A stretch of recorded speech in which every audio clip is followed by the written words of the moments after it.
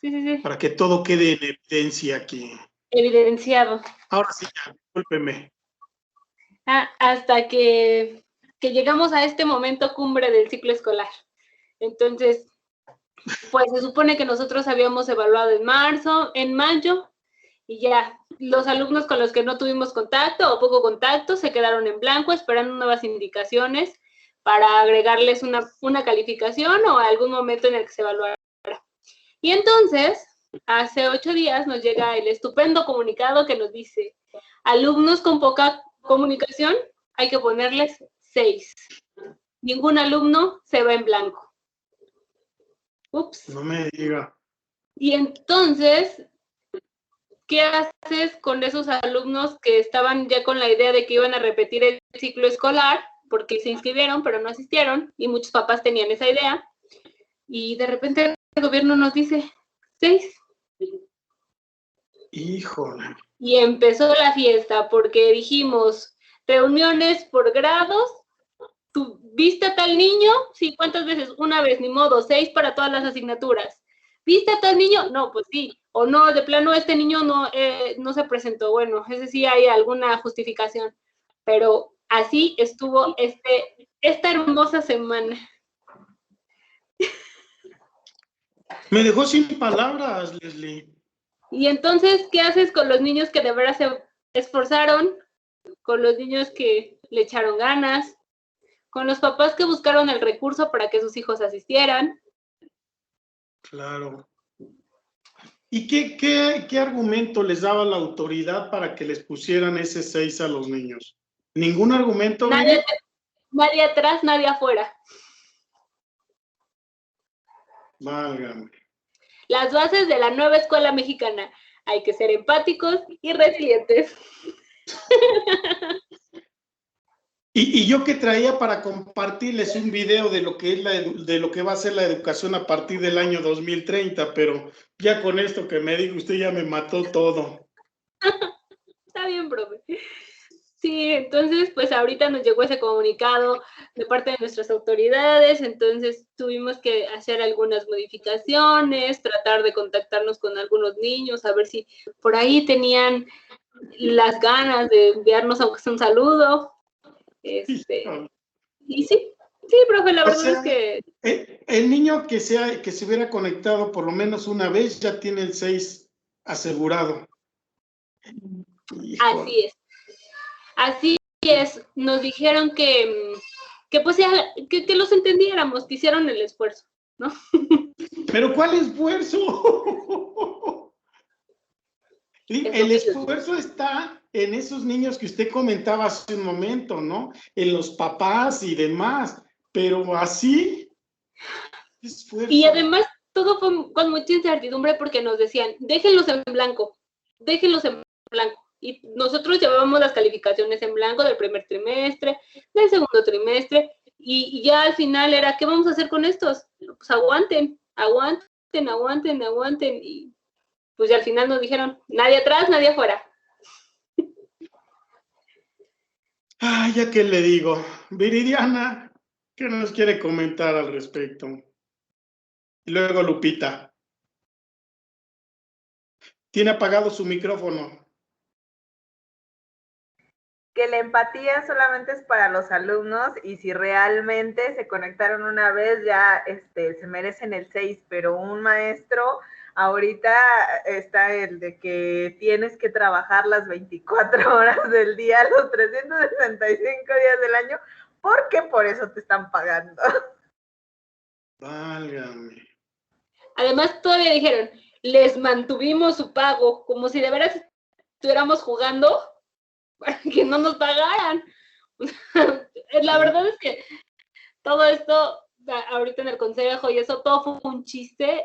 Todo el mundo estaba bastante molesto por la situación, aunado a nuestro hermoso calendario de 200 días de escuela, que entramos el 3 de diciembre de vacaciones de diciembre, y ahorita entramos 15 días de curso innecesario, aburrido, sin sentido, que la verdad no entienden que los maestros se desgastaron física, emocionalmente, ya yo llegó un momento en el que ya no podía más, profe, o sea, yo ya de veras que ya quería, Dios llévame. Y luego se me ocurrió mi brillante idea de evaluarme para una promoción.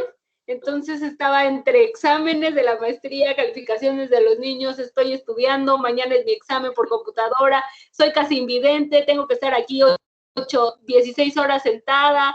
No, Leslie fue este semestre, cuatrimestre, Leslie fue la fiesta. No se te olviden los cursos, amiga. Los cursos, nos mandaron un curso de igualdad y equidad obligatorio, que si no acababas te mandaban una no sé qué cosa. No, y ahorita estamos conferencias que de resiliencia, de empatía, de cómo tratar las emociones, la frustración, el estrés. Por Dios, eso me estresa más. No, es caótico. ¿Qué le digo, profe? Y luego el profe de evaluación curricular pidiendo su dilema y su cuestión. No, eso ya lo tenía, nada más que no se lo estaba en borrador. No, pero te juro que estas semanas han sido una locura. Ya quiero que acabe esta semana. Mañana tengo mi evaluación. Ya dije, a como Dios me dio a entender, que Diosito me bendiga. Si la paso está chido, si no la paso también está chido. Ya sé cómo viene la del siguiente año. Y ya, relájate. Híjole, no, hombre. Pero pues Pero esto a los profesores que no tienen compromiso, ¿estás de acuerdo que les cayó como anillo al dedo? Pues sí, pero a otros nos fastidió todo. O sea, la verdad es que a otros, entre una cosa, otra cosa, la casa, la mamá, la que hacerla, se le ocurren a algunos profesores capacitarse en este año que dijeron, se la llevan tranquila, no era tan tranquilo, no. Yo creo que el tema de hoy es el cierre del ciclo escolar, que ya todos pedimos esquina, ya todos decimos, por favor, ya, nos mandan mensaje a las 11 de la noche por un archivo que tenemos que enviar a las 3 de la tarde de ese mismo día. O sea, no. Sí, este cierre sí está siendo muy caótico. Sí, yo creo que sí, porque me desahogué. Todo esto. Y eso que no trabajas las plataformas. Si estuvieras trabajando las plataformas, estarías más estresada, amiga. Lentas, no vienen los archivos bien, hay que estar al pendiente en qué momento la abren, te desvelas a las 2 de la mañana para que puedan abrir, tienes que mandar oficios si no te lo acomodan. Ay, no. Y te mandan los cambios así de, ahorita el nuevo formato se modificó y actualízalo y mandan la información. Y yo que me quejaba de mis actividades, no, hombre. Ya con ustedes ya hasta me dio tristeza todo esto. Pero yo traigo otra noticia, profe. ¿Perdón? La Suprema Corte de Justicia de la Nación invalida 10 artículos de la Ley General de Educación referente a la indígena e incluyente. Ah, caray. ¿De qué nos habla esto? ¿Sobre qué son? Ok. Nos habla de los artículos 56. Bueno, ya vemos que la ley pues los divide, ¿no? Y habla de la educación indígena. En este caso nos dice que para hacer, digamos, la educación en cuestión de los indígenas, se supone que debe de irse adaptado a su cultura, a su lenguaje, y aparte de inclusiva, también, digamos, que forma parte de los alumnos que tienen alguna deficiencia, digamos, como invalidez o trastorno en el habla. Entonces, algunos artículos, se me hace muy extraño esta noticia, porque la Suprema Corte de Justicia, ¿por qué los invalida? Porque dice que antes de emitir esta nueva ley debieron haber hecho una consulta con los pueblos indígenas, cosa que no hicieron y por eso lo invalidan, que no están incluyendo todos los temas que deberían de llevar. Estaba yo leyendo, por ejemplo, el modelo curricular, no está adaptado a la lingüística, por ejemplo. Lo están haciendo de manera general o global y dice que en algunos estados de la República, sobre todo en los pueblitos donde no se habla todavía un español, son pocos los pueblitos que marcan y son pocos, pero sí tiene una ley especial. Entonces, se me hace muy extraño porque aquí dice que lo van a llevar a una votación para ver si sí pasa o no pasa, y van a hacerle algunas entrevistas a estos alumnos para adaptarla a su comunidad. Entonces, está interesante, pero está muy extraña. De por sí que los pueblos indígenas de verdad que están así como que muy aislados, ¿no? Sí hay una ley, se debe de llevar, pero realmente no está establecida. La ley dice que deben de tener escuelas, digamos, adaptadas a sus necesidades, y son de sillas de ruedas y demás, adaptadas. No hay escuelas adaptadas. Y sabemos que cuando empezó con toda esta situación, muchos empezaron a poner sus rampitas, ¿no? Que necesitamos sillas y todo el mundo a adaptarle las rampitas. Algunas sillas especiales, habla también de la comunicación con los alumnos, que tampoco no hay. Y si están indígenas, pues ¿dónde vas a adaptar la televisión o el internet? O sea, está así muy extraña. Habría que darle una leída, pero está muy, muy extraña su rechazo a esos 10 artículos. Le voy a pasar la nota para ver los artículos y a lo mejor si nos da oportunidad de revisarlos y leerlos. Los leemos, claro que sí. Sí, con gusto. Con gusto. Leslie, ¿quería comentar algo al respecto? Sí, con respecto a lo que dice la licenciada, se me hace algo extraño porque la ley sí los menciona y es bien clara diciendo que el gobierno, las entidades federativas, tiene que proporcionar el recurso para adaptar las escuelas para los alumnos con alguna discapacidad. Incluso los maestros tienen que capacitarse para lograr atender a este tipo de alumnos. Hay un manual de, ahorita que estoy con todo mi repaso, hay un manual que habla precisamente de la inclusión y de cómo hay diferentes estrategias para que tú incluyas a los alumnos. En cuanto a las escuelas indígenas, me brinca lo que dice porque sí se están tomando en cuenta, se supone, en teoría, se está tomando en cuenta las características de las escuelas para adaptarlas. Incluso hay algunas adaptaciones en cuanto a los talleres, de acuerdo a las entidades y a las escuelas.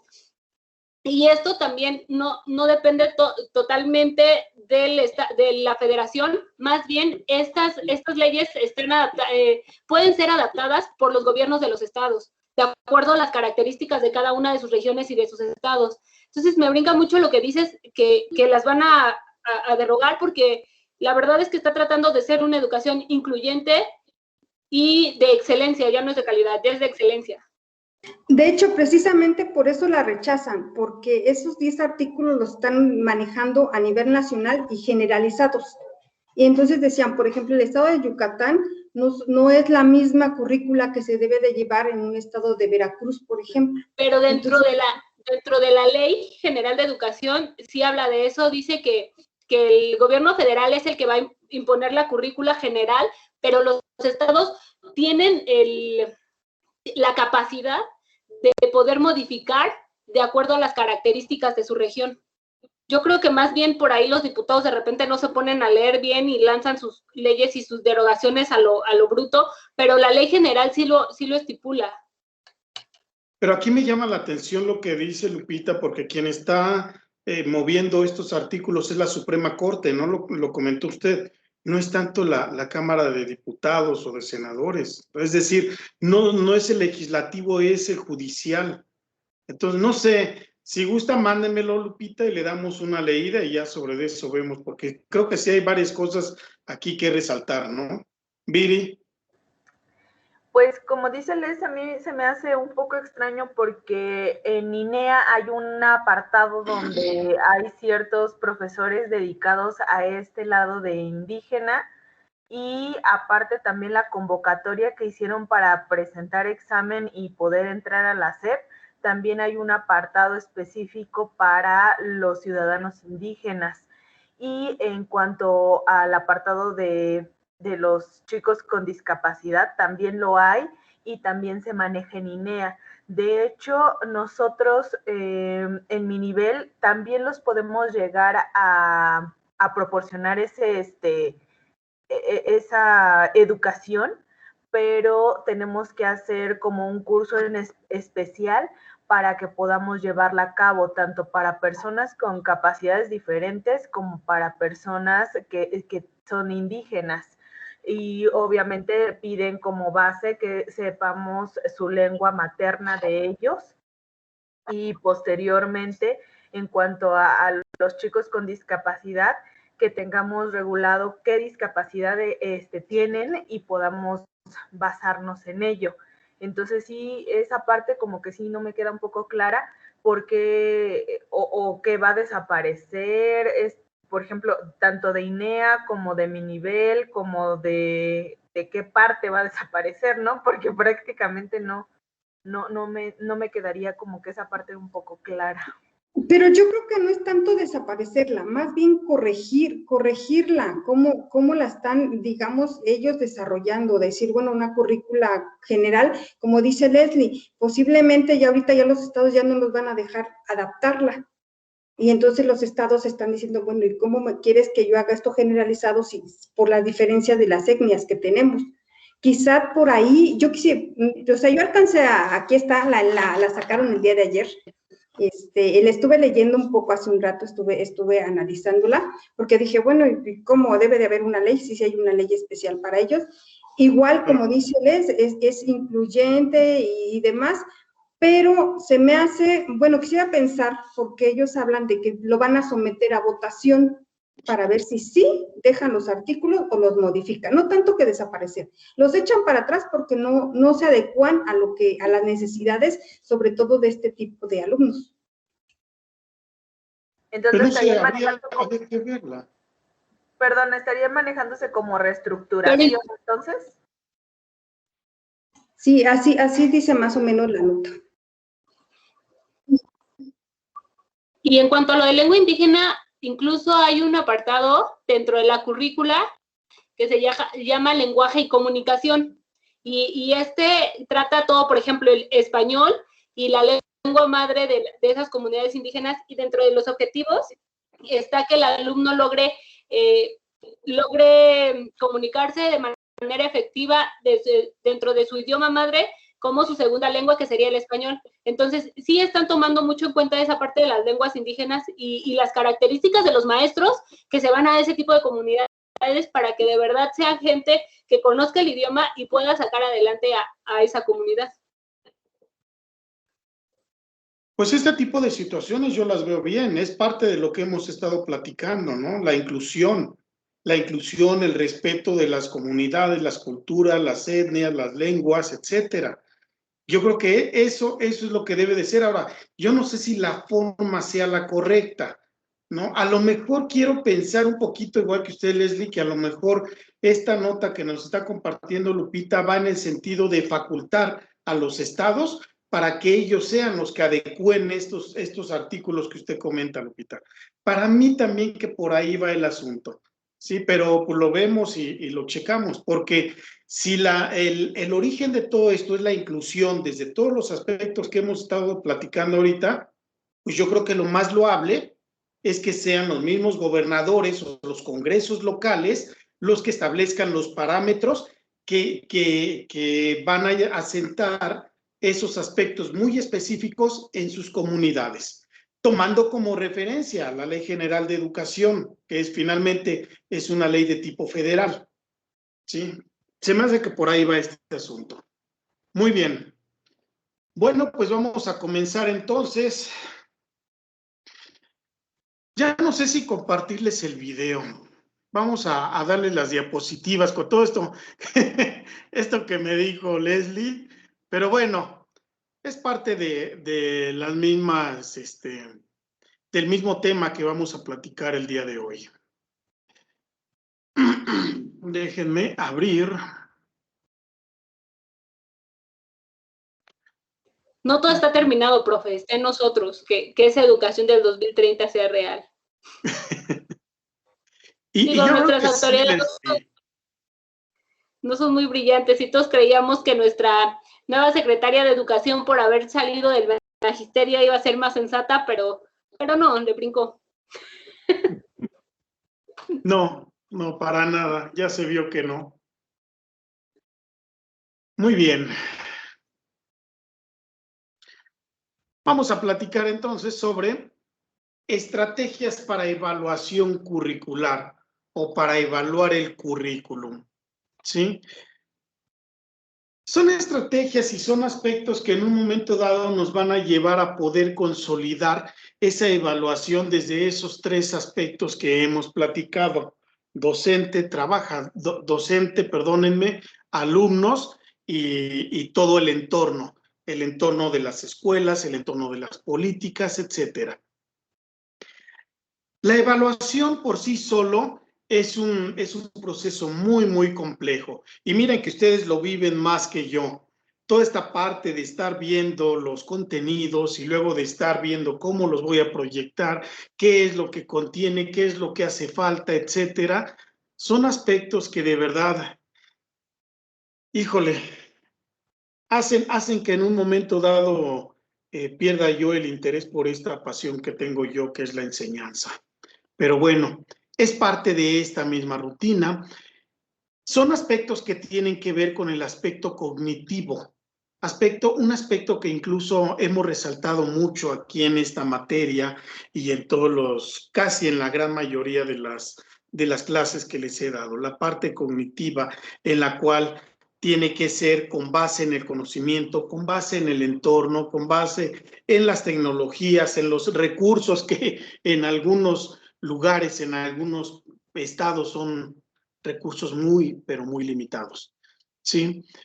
Que van de la mano también con la parte instrumental, ¿sí? El por qué se va a requerir ese diseño, qué es lo que se va a determinar al momento de definir y de analizar los instrumentos, los procedimientos, los métodos, es decir, es ya el aterrizaje de todo ese conocimiento por medio de esta evaluación y esta característica de tipo instrumental.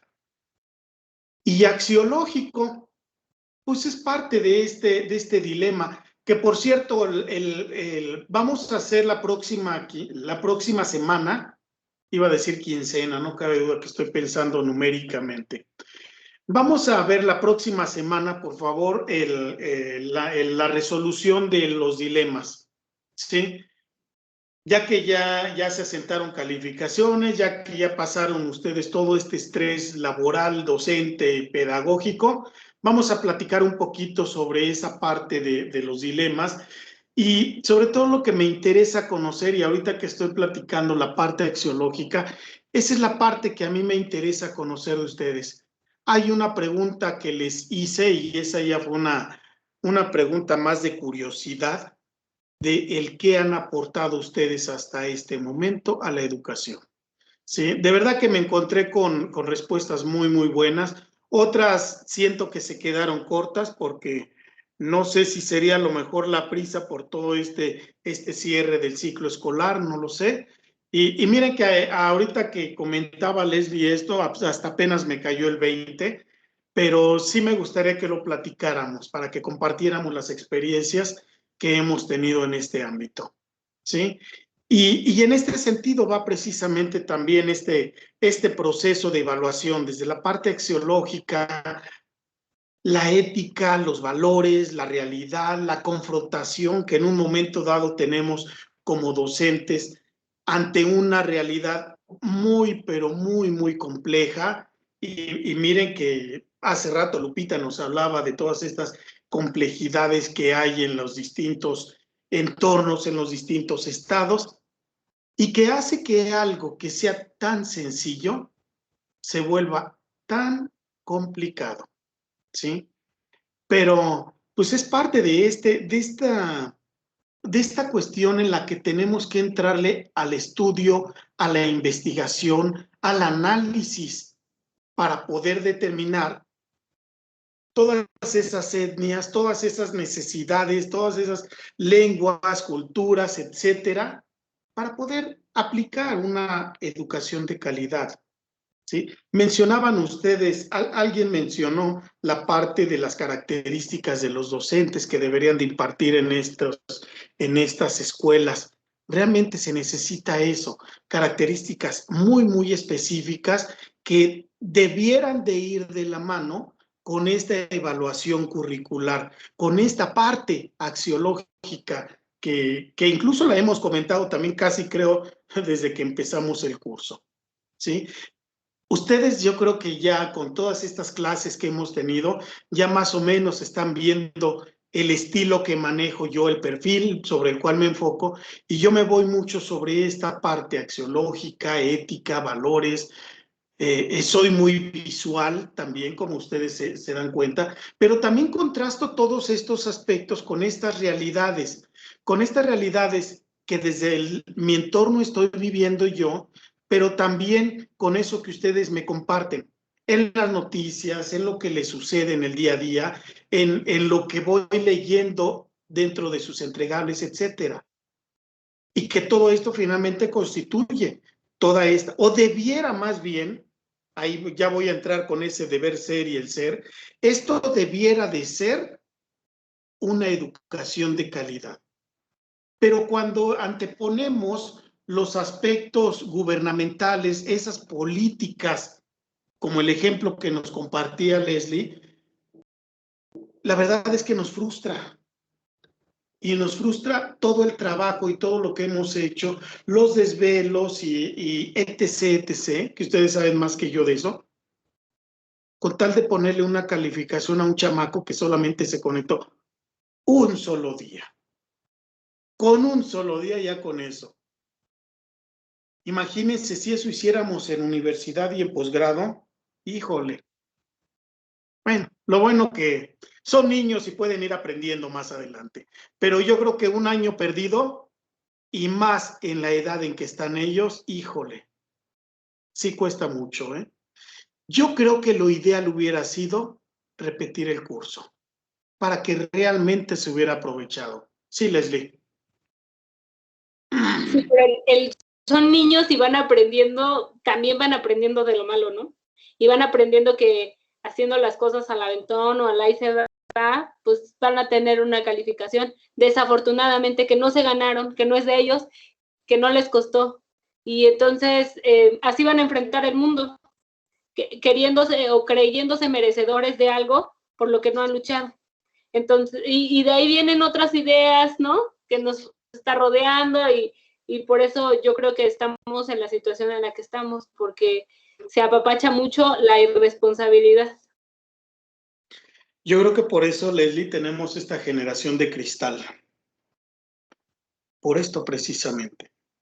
Porque hoy en día los niños, los adolescentes, los jóvenes se creen merecedores de todo y I'm sorry, pero no. No. Y esto que usted nos compartía, híjoles, es el ejemplo claro de todo eso que venimos manejando, ¿no?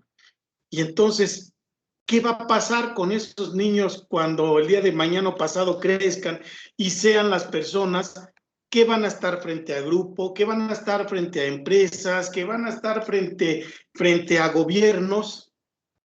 Pues no sé cómo nos vaya a ir, ¿sí? Espero que sea como este video que les traigo, pero bueno. La responsabilidad de la evaluación debe incluir entonces tanto a los autores, es decir, maestros y alumnos, con el objeto de, y vuelvo nuevamente a la parte del deber ser, con el objeto de repensar y evaluar sus propias prácticas. Pero a lo mejor Viridiana podrá hacer un replanteamiento de toda su dinámica y toda esa práctica docente. Pero si Viridiana y cualquiera de nosotros se tiene que someter a unas políticas dictadas por personas o por instituciones que realmente no cumplen más que el objetivo meramente administrativo, de que yo tengo que llenar un formato y tengo que mandarlo, de que tengo que estar en un curso, en una conferencia que no me va a servir para nada, pero tengo que estar porque tengo que cumplir ese requisito.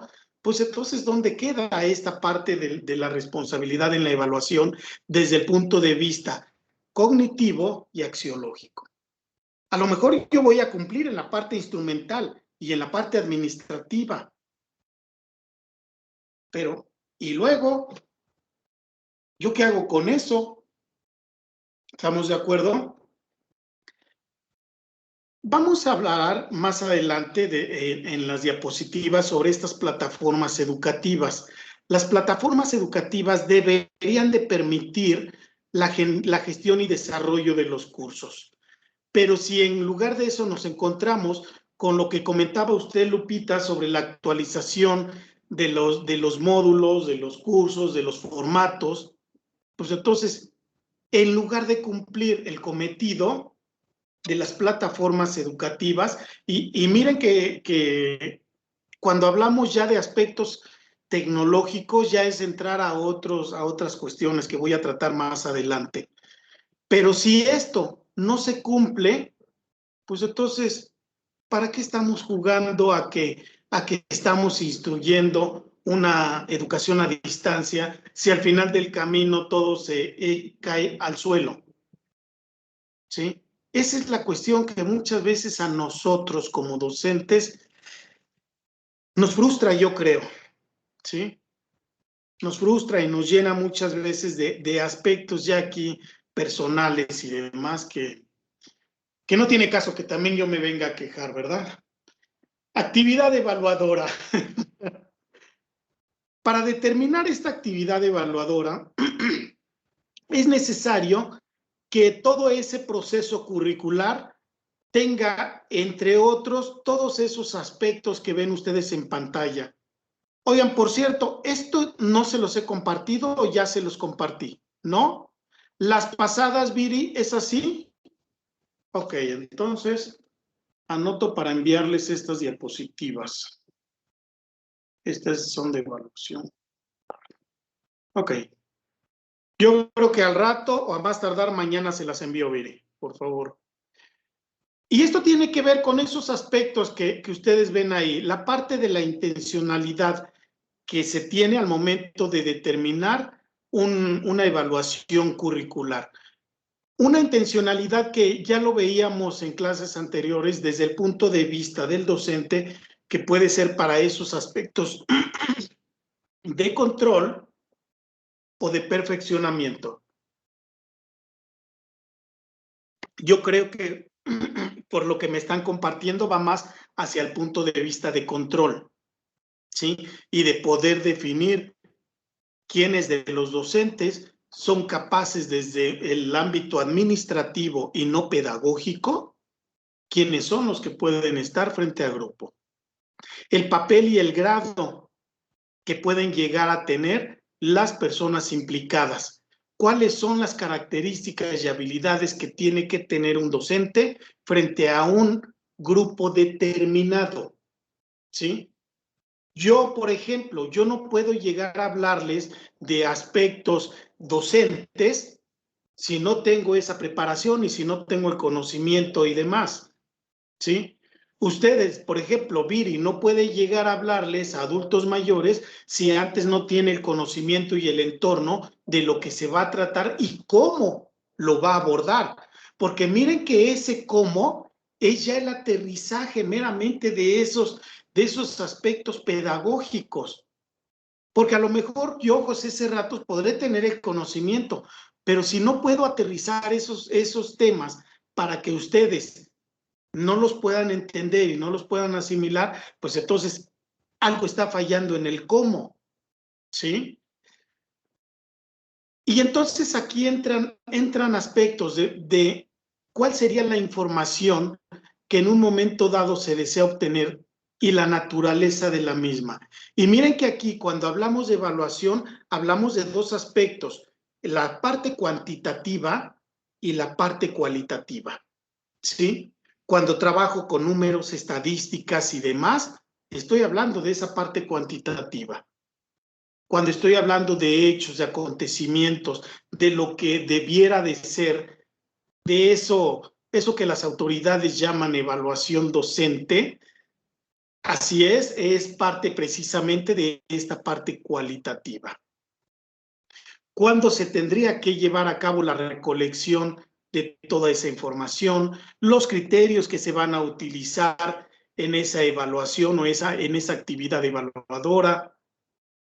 Y nuevamente entramos a la parte cuantitativa, la cantidad de esos criterios que van a servir para que yo pueda tomarlos como referencia y que en un momento dado puedan o no ser satisfactorios. La autoridad me puede meter a mí en este ciclo intersemestral 20,000 cursos. Y por eso la autoridad va a decir, no, hombre, con eso, miren, van a salir bien preparados mis maestros.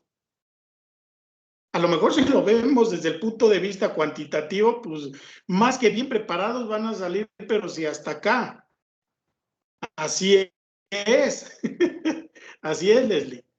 Pero si en lugar de meter tantos cursos, meto a lo mejor nada más 5 cursos, pero que realmente sean bien planteados, atendiendo las necesidades regionales, señores, no alguien que esté sentado desde aquí, desde una oficina en la Ciudad de México, y vaya a dar una conferencia a maestros de Oaxaca, maestros de Chiapas. Pues no, son entornos totalmente distintos. ¿Sí? Yo creo que una gran medida y un gran acierto es esta parte de la regionalización que platicábamos hace rato con las noticias. Y miren, yo espero y ojalá y que esto lo puedan aterrizar de manera correcta, porque si no lo aterrizan de manera correcta, híjoles, esto va a ser aún más caótico, ¿sí? Y entonces sí, la comunicación, el último de los puntos, la comunicación de los resultados obtenidos va a ser pésima y deficiente. Y entonces no vamos a alcanzar los resultados que a lo mejor en un momento dado se esperarían, porque a lo mejor desde la infraestructura estoy regionalizando la educación, pero cuando desde la preparación en el ámbito docente la estoy centralizando, pues entonces de nada va a servir y voy a quedar exactamente igual. Sí, Leslie. Pero es de ahí la importancia que el anterior le dieron a los perfiles. Cada perfil con cada asignatura y cada característica con cada uno, ¿no? Entras tú con tu perfil muy listo, ya yo soy perfil tal, pero la necesidad de la escuela no es esa, entonces te mandan a la necesidad de la escuela y al final tu perfil no sirvió para absolutamente nada, ¿no? Y en cuanto a la regionalización de los aprendizajes, sí bien lo dice, es bien importante que los aterricen de manera correcta, porque si no cada quien va a hacer lo que se le dé la gana, y si se busca una hegemonía en la educación, que todos alcancen un nivel estándar, que es lo que las altas esferas pretenden, va a ser imposible. O sea, de verdad, yo creo que sí debe de haber un tronco común y sobre ese trabajarse dependiendo de las necesidades de las diversas regiones. Pero ponerle realmente énfasis a los perfiles de cada docente y a dónde cada docente se va a desarrollar para lograrlo, porque si no va a ser casi imposible que se pueda hacer. Y yo lo veo en mi escuela,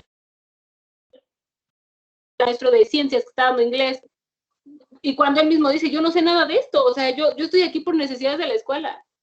Y entonces todo ese recurso, toda esa parte, ¿a dónde va? Y al final, ¿quiénes son los afectados? Los estudiantes, Los alumnos. Tristemente, claro. Y después son personas que no tienen ninguna capacidad para salir adelante. Sí, totalmente de acuerdo. Lupita.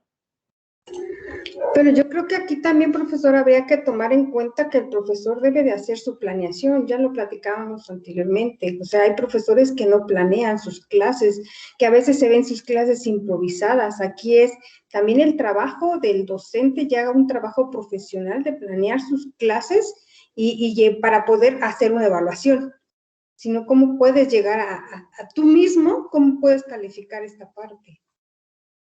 Sí es muy importante y obviamente es muy relevante esto, pero cuando estamos ya ante una situación en la cual muchas veces, y miren que también lo hemos platicado, yo puedo traer mi clase bien planeada y hablarles de agentes evaluadores, pero a lo mejor aquí empiezan a salir otros temas que por el mismo interés del grupo me puedo desviar. Yo docente, o en el caso de ustedes, deben de tener más que esa preparación de la escuela, esa habilidad y ese conocimiento para que otra vez se atraiga.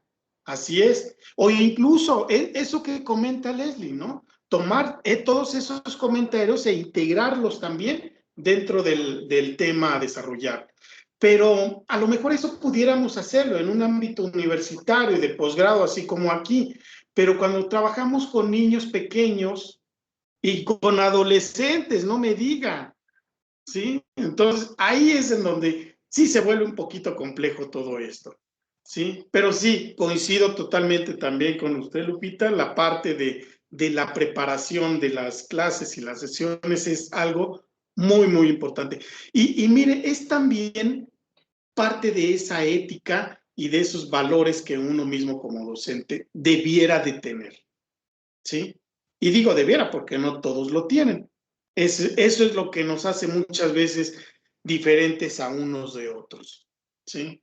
Y mira que eso también muchas veces los alumnos lo perciben, sin necesidad de que el maestro esté ahí a lo mejor titubeando, a lo mejor improvisando y demás. El alumno muchas veces se da cuenta de todo eso. Y desde el momento en el que el mismo maestro empieza a hablar y demás, se dan cuenta. Y en todos los niveles, no nada más en esta cuestión de preparatoria, universidad y posgrado. No, hombre. Viri. Por ejemplo, yo ahorita estoy checando lo del programa de mejora continua y precisamente se basa en esto, ¿no? En la evaluación que se ha llevado toda la implementación durante el ciclo escolar y que se manejan estos aspectos, tanto internos como externos, y los que tienen que ver con nosotros y los que no, hasta de la gestión, de la preparación docente, de las actividades administrativas y demás situaciones, y que a final de cuentas sí necesitamos toda esa parte y visualizar y claro, el planearlas, pero hay cosas que sí, como dice usted, se van de la mano, tan simple como en la pandemia. Bueno, por ejemplo, yo en el PEMSE manifesté que se iban a tratar de llevar a cabo reuniones con empresas para ver si podíamos entrar de lleno a una empresa y poder alfabetizar o generar certificados de primaria y secundaria en empresas, y obviamente no se pudo por lo mismo de la pandemia, o sea, no había esa apertura a hacer una reunión con ellos, y es cuando te das cuenta que a pesar de que tú haces una planeación, y la planeación creo que era la adecuada, buscar esa apertura para tener no nada más alumnos, sino también ser basado en una educación de tu sociedad, del apartado donde esté tu centro educativo, no lo pudiste llevar a cabo por esta situación que es muy externa a lo que tú vives, porque se decía que regresábamos en marzo y hoy estamos en el mes de julio y no tenemos si realmente vamos a regresar en agosto o no. Entonces esa es la parte que, a pesar de que uno planea, no puede determinar si puede ser factible o no. Sí, claro, así es. Y mire que esto incluso se puede llegar a complicar más si no se da también esa planeación. Si aún así, llevando la planeación, suceden todos estos imprevistos. Y mire que algunos imprevistos sí podemos controlarlos, Viri. Sí, por ejemplo, lo que les decía, en el caso de improvisar alguna clase y demás, son aspectos que a lo mejor uno puede resolver. Pero cuando son aspectos externos, ¿cómo le hago, no? Y este ejemplo que usted pone es maravilloso porque efectivamente yo puedo tener todo muy bien y todo, como usted dice, todo bien estructurado y ¡pum! Se me viene abajo. Y se me viene abajo todo el trabajo que yo ya hice, ¿eh? ¿Por qué? Porque no puedo ya tener más alumnos, no puedo tener ya más personas a las cuales pueda yo darles educación. ¿Cómo le hago? ¿Sí? Sí, son aspectos que muchas veces transgreden más allá de lo que nosotros pudiéramos dar o aportar, ¿sí? Ya habíamos platicado en sesiones anteriores sobre los agentes evaluadores y ya habíamos comentado que son de dos tipos, estos dos que ven ustedes ahí en pantalla, los agentes externos y los agentes internos. Los agentes externos que son obviamente personas ajenas a la institución, que no participan dentro del entorno en el cual se está desarrollando el docente, pero que se supone que debieran de ser los expertos, ¿sí? Generalmente son inspectores, miembros de la parte administrativa de la Secretaría de Educación, o personas que apoyan a las escuelas, a los sectores, etcétera, ¿sí? Pero por muy experto que venga una persona y me diga, a lo mejor me va a ayudar en algunos casos, pero finalmente no hay una varita mágica ni hay una receta secreta que me diga, tu actuar profesional, José Cerratos, es bueno, o tu actuar profesional, José Cerratos, es malo, ¿sí? A lo mejor, y miren que siguiendo el mismo hilo que ustedes me están dando, a lo mejor yo puedo planear bien mi clase y puedo tener todo un entorno muy bonito y puedo llegar con ustedes y hablarles. Pero si ustedes tienen una actitud a lo mejor negativa o que a lo mejor vienen con estrés o que vienen con un montón de cosas, pues realmente no van a abrirse hacia este conocimiento y entonces sí, son aspectos que por mucho que haya yo trabajado, no los puedo impartir con ustedes, ¿sí? Y eso no quiere decir que a lo mejor José Cerratos sea bueno o sea malo. Simplemente, es más, ustedes, ¿cuántas veces no han tenido días malos? Y eso no quiere decir que ustedes sean malos docentes, porque así como han habido días malos, han habido días buenos y ya han habido días muy, pero muy satisfactorios, ¿sí? Y miren que, por ejemplo, yo en mi andar docente me quedo muchas veces con estos excelentes días que he tenido. Pero son aspectos que ningún evaluador externo va a venir a decirme. Yo entiendo que son figuras y yo se los comparto tal y como debe de ser para que ustedes sepan y tengan el conocimiento de que hay dos tipos de evaluadores, esos externos y los internos, que yo les doy más peso a los agentes internos, porque eso sí conocen el entorno, saben en dónde estoy, en algunos casos conocen el grupo, y si son más específicos, conocen hasta a los alumnos. Y entonces nos pueden apoyar de una manera más práctica y más proactiva en ese desarrollo profesional docente, ¿sí? ¿Iba a comentar algo, Lupita? Allá bajó la mano. No, sí, Vi que se quedó. Ah, sí. Oh, sí. Discúlpeme. Adelante. No, a lo que usted comenta ahorita creo que sí, y yo me siento identificada. De hecho, yo nunca he estado frente a grupo. Ahorita que ya entro a la maestría voy entendiendo toda esta parte, porque a mí al principio pues sí decía, ay, pues a dar una clase bien simple, ¿no? Pero ya ahorita que ya estoy dentro de esta, inmerso en esta maestría, de verdad, créame que mis respetos, y se los he dicho, de verdad, mis respetos para los que están frente a grupo, y es muy fácil emitir un juicio muy personal, ¿no? Sin estar involucrada dentro de... Entonces aquí yo creo que los evaluadores externos, eso es lo que harían, emitir un juicio personal. Pues sí, un juicio basado en el entorno que ellos ven y que ellos perciben, que no forzosamente, Lupita, es la realidad del docente, ¿sí? Sí, muchas veces es eso, ¿no? Es el emitir ese juicio, pero ese juicio luego tiene un peso muy específico dentro de los docentes, ¿sí? Esas evaluaciones externas son las que en algunos casos pesan más que todo lo demás, ¿eh? Por eso es mi crítica hacia esta parte de la evaluación. Y sí es cierto, fíjese, usted dice algo muy importante. Es muy, muy difícil pararse a hablar frente a un grupo.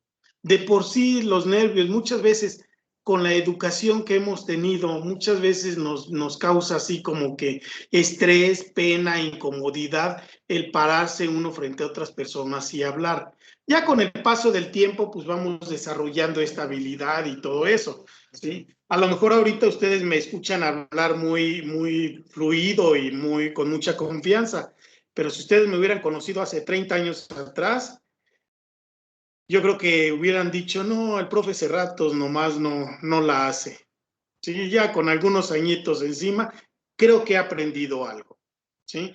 Y esta parte, retomo el tema de la evaluación interna, yo creo que nos da todas estas herramientas, Lupita, para que en un momento dado pueda yo como docente desempeñarme ya sobre algo ya bien aterrizado, ¿sí? Sobre un entorno muy específico, sobre lo que estoy viendo, lo que estoy enseñando, y no le entendí ahí sí, Leslie. En otras ocasiones sí le entiendo, pero ahí sí no. Viviendo lo que estoy viviendo, porque al final nosotros somos los que vivimos ese contexto, esa educación, esa interacción, que cuando agentes externos vienen y nos dicen es que deberías de hacer esto, pues no me puedes decir qué hacer, porque tú no has vivido esto, tú no has visto, tú no lo has sentido, tú no, es que es complicado explicarlo porque de verdad que a veces sí te ciegan y te hacen sentir mal estos agentes que te dicen, es que no, es que cómo es posible que no avances, pero es que necesitas estar ahí, necesitas respirarlo, necesitas sentirlo para que te des cuenta realmente lo difícil o lo sencillo que podría llegar a ser. Y sí es cierto, la experiencia te lo da todo. Yo tengo una vocesota, soy un minion, pero tengo una vocesota. Y entonces cuando las primeras veces que yo estaba frente al grupo, no me escuchaba, o sea, de plano yo decía, es que cómo es posible que estos adolescentes me ganen si tengo un vozarrón. Ya después ya empiezas a manejar ese nervio a tu favor, ¿no? Pero sí es cierto, o sea, pero sí de verdad necesitan vivirlo y sentirlo y de verdad apropiarse de todo eso para que vean lo difícil o lo complejo que puede llegar a ser enseñarles a un grupo que, por ejemplo, es apático, que no quiere aprender, ¿no? Usas los mismos métodos, les bailas, te tiras al piso, giras, nomás no quieren, ¿no? A diferencia de otro grupo que está como con más actitud, pero eso tampoco lo ven, no ven la diferencia que somos seres humanos y que en diferentes ambientes, diferentes aspectos, evolucionas y convives, ¿no? Sí, claro, así es. Fíjese que me hizo recordar, Leslie, en mis años de puberto, cuando estaba estudiando la licenciatura, cómo había un grupo, son dos experiencias que les quiero compartir.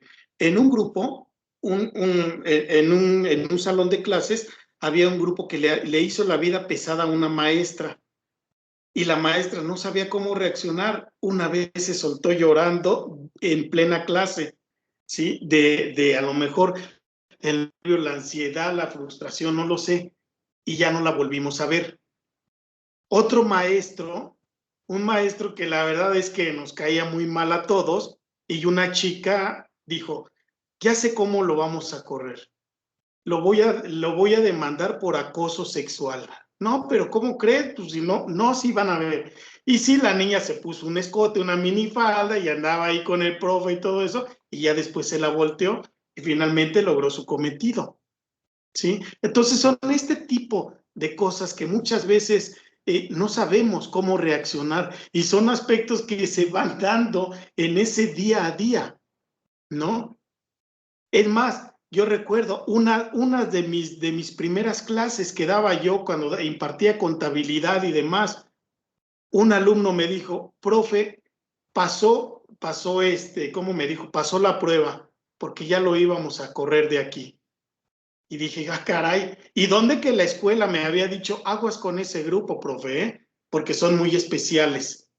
Y pues uno nuevecito, recién salido de la universidad y todo eso, así es. Entonces, ya obviamente, como dice usted, Leslie, ya con el paso del tiempo, pues va uno, y el colmillo exactamente, va uno ya aprendiendo muchas cosas. Pero sí son aspectos que muchas veces tenemos que saber cómo manejarlos. Y eso ni los agentes externos, incluso ni los internos, nos ayudan, ¿eh? Esa es parte de eso que dice Leslie, de ese colmillo que tenemos que ir sacando, ¿sí? Así es que a Lupita le falta mucho todavía por aprender cuando esté frente a grupo. Y yo creo que a lo mejor todo lo que platicamos aquí no va a ser ni una milésima parte de lo que va a estar viviendo cuando esté frente a grupo. ¿Sí? Y mire que ahorita que me dijo Leslie eso de Minion, ya me dio la curiosidad por conocerlos. No sé si más adelante vaya a verlos ya de manera presencial y ya constate todo eso que ustedes me dicen. Muy bien. Yo sigo igualita, profe. Ajá. No, pero usted sí la vi, Viri. Y sí sigue igual, exactamente. La vez que nos encontramos ahí en la escuela, entonces a usted sí, ya, pero los demás no tengo el gusto de conocerlos, espero más adelante. Dentro de esas autoevaluaciones internas hay una serie de ramificaciones que se dan, que lo que se denomina aquí estrategias combinadas, que pueden ayudar en un momento dado a que realmente esta evaluación interna pueda realmente tener esos frutos o ese rendimiento en el personal docente o en los maestros. Y aquí vamos a empezar con una clasificación. La primera de ellas es la heteroevaluación, es decir, cuando el docente es quien evalúa, cuando el docente es quien evalúa los contenidos, cuando es quien evalúa los grupos, cuando es quien evalúa incluso las instituciones. En la mayoría de los casos, ni siquiera nos pelan, ¿verdad? Pero estamos ahí como entes heteroevaluadores, ¿sí?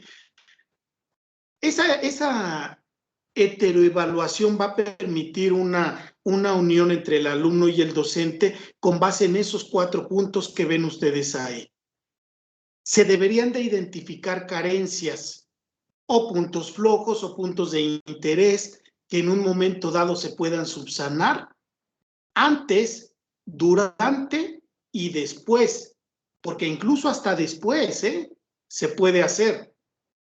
Viri sabe que normalmente cuando termino mis cursos les hago una serie de preguntas para ver cómo me evalúan ustedes, ¿sí? Pero eso no es una evaluación que pida meramente la institución, eso me sirve a mí para saber cuáles son mis fallas, ¿sí? Es parte precisamente para identificar estas carencias, estas anomalías o estos puntos rojos que pudiera yo tener. Ahora, obviamente, eso lo hago yo, pero a lo mejor no lo hacen todos los demás docentes, ya depende de cada uno de nosotros. Evitar repeticiones innecesarias de los objetivos. Claro, cuando yo me voy con base en los objetivos planteados en ese programa, en ese plan educativo, pues eso me va a evitar estar repitiendo aspectos, puntos, temas, temáticas, etcétera. ¿Sí? Dar soporte a la planificación basado en objetivos reales, pero objetivos que puedan aterrizarse a esas necesidades y a los intereses, ojo, ya no del grado, del grupo en el cual estamos nosotros enseñando. ¿Sí? Porque estamos precisamente frente a alumnos que nosotros conocemos, que nosotros tratamos, que nosotros trabajamos. Y tendría también que trabajarse en el diseño de esas actividades, de esos nuevos aspectos que tiendan a beneficiar a mis alumnos, ¿sí? Es decir, hago el diagnóstico, hago el análisis y tendría también que hacer la recapitulación para esas nuevas actividades o esos cambios que debieran de hacerse entre docente y alumno, ¿sí? Vean nada más qué tan importante es esta heteroevaluación. Y no entran otras personas que vayan a decirme cómo voy a evaluar todo esto. Es una comunicación docente-alumno, nada más. Y con eso puedo hacer esto. Pero si esto no trasciende más allá, y si me dicen, como le dijeron a Leslie, tienes que ponerle 6 a los alumnos, pues entonces ya de nada sirvió todo este trabajo heteroevaluativo que vine yo haciendo con los alumnos que sí trabajaron. Y a lo mejor por eso es la frustración que trae Leslie ahorita. El decir cómo los padres y los chamacos que sí trabajaron, que sí se esforzaron y demás, y aquellos que no lo hicieron, tengo que aprobarlos también, cuando ni siquiera se lo merecen. Pero es parte de que este proceso educativo intervengan esos evaluadores externos. Porque aquí esto que ella nos compartía es derivado de eso, de esos agentes expertos, y lo pongo entre comillas, que nos dicen que para que el niño no se frustre y para que el niño no se sienta mal y para que los papás también no se sientan mal, que tienen un hijo que no estudió, que no aprovechó, etcétera, etcétera, etcétera. Así es, Leslie. Pónganles un 6, hombre, y pásenlos. Entonces rompe con todo esto. La autoevaluación. Ojo, porque en esta autoevaluación, ya vieron ustedes ahí entre paréntesis, el alumno evaluado es quien se evalúa. Es decir, son ellos mismos. Así es. Y que con base en esa misma aportación que se dan entre ustedes mismos, esa misma retroalimentación, es lo que va a permitir que ustedes puedan emitir esos juicios de valor, puedan valorizar su propia actuación como alumnos y puedan reconocer también sus posibilidades, las limitaciones, los cambios que pudieran darse en un momento dado en el aprendizaje, ¿sí? Ese reforzamiento también que en un momento dado es muy necesario. Pero ¿qué pasa? Y perdón por mi terquedad otra vez, pero ¿qué pasa cuando los alumnos dicen, bueno, pues es que el profesor fulanito de tal, pues no nos convence? Y es que no se está guiando con el programa, y es que nos viene aquí a platicar su vida y sus historias, y pues a nosotros no nos interesa eso. Así es. Y entonces, mire, Leslie, ¿qué pasa entonces cuando emitimos toda esa serie de juicios y llegamos a una conclusión? Vamos a cambiar mejor al maestro. Y entonces van y hacen una carta, hacen un escrito, van y se paran y hacen huelga, así es, como dice Leslie, hacen una huelga casi ahí afuera de la coordinación y no les hacen caso.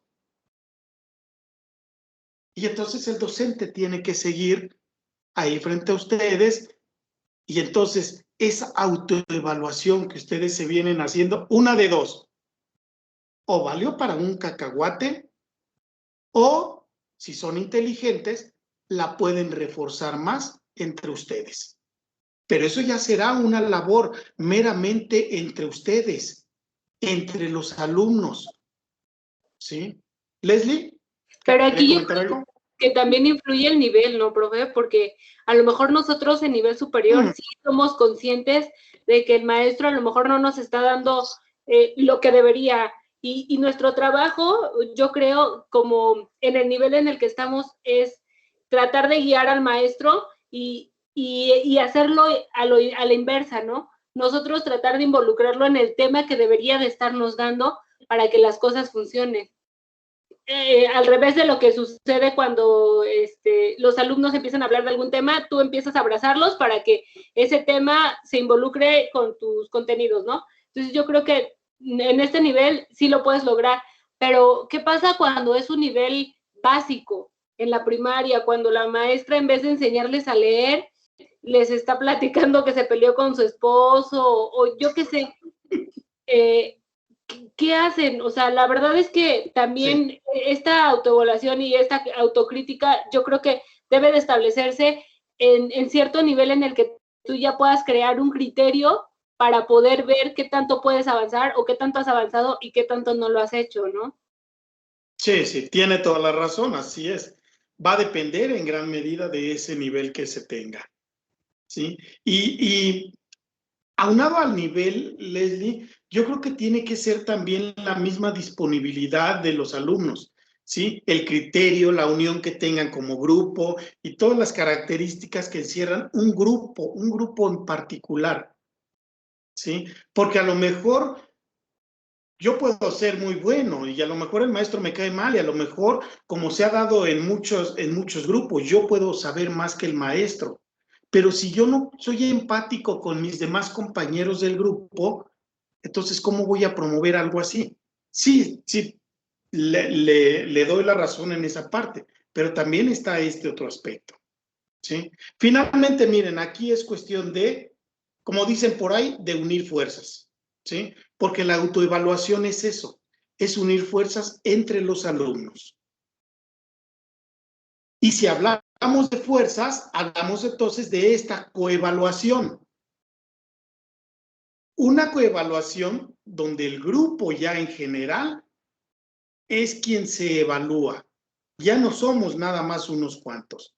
Ya tendría que ser todo el grupo en general.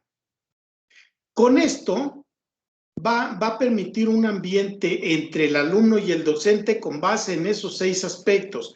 Identificar los logros personales y grupales.